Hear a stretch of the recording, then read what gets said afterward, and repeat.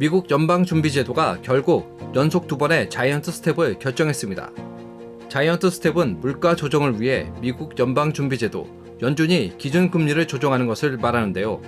기준금리를 0.5% 인상하는 것은 빅스텝, 0.75%포인트 인상하는 것을 자이언트 스텝이라고 합니다.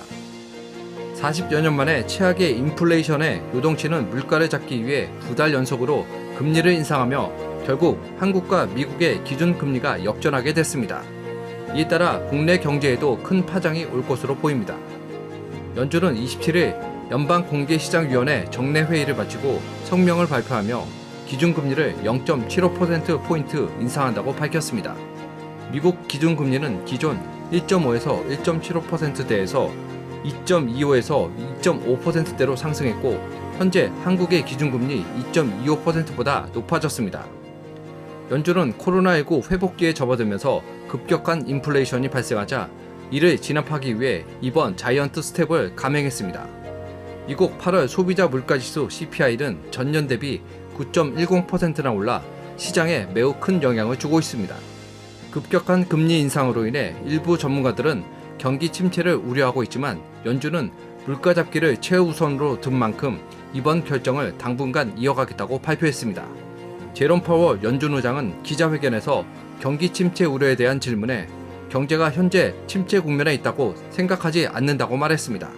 연준은 성명에서 코로나19 팬데믹의 영향과 공급망 문제, 에너지와 식량 가격 상승의 압박에 인플레이션이 여전히 높다고 지적했습니다.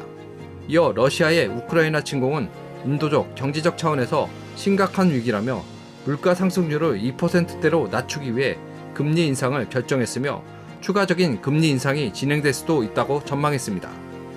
한편 미국의 기준금리가 한국보다 높아지며 외국인의 자금이 한국 주식 채권 시장에서 빠져나갈 수 있다는 우려가 나오고 있습니다. 금리가 더 낮은 한국에서 자금을 굴릴 이유가 없기 때문입니다. 연준의 2달 연속 자이언트 스텝 단행에 28일 추경호 부총리 겸 기획재정부 장관과 이창용 한국은행 총재 등이 만나 비상 거시경제 금융회의를 진행했습니다. 추경호 부총리는 이번 미 연준의 결정은 시장 예상에 부합하는 수준으로서 국내 금융시장에 미칠 영향도 제한적일 것으로 예상된다고 말했습니다. 이어 한미 금리 역전으로 국내 경제에 미칠 영향을 우려하는 목소리도 있지만 과거 3차례 한미 간 금리 역전 때 오히려 외국인 증권 투자 자금이 순유입을 유지한 바 있다고 설명했습니다. 다만 최근 세계 경제의 불확실성이 커지고 있는 만큼 긴장의 끈을 놓지 않겠다고 말했습니다. 지금까지 에포크 픽이었습니다.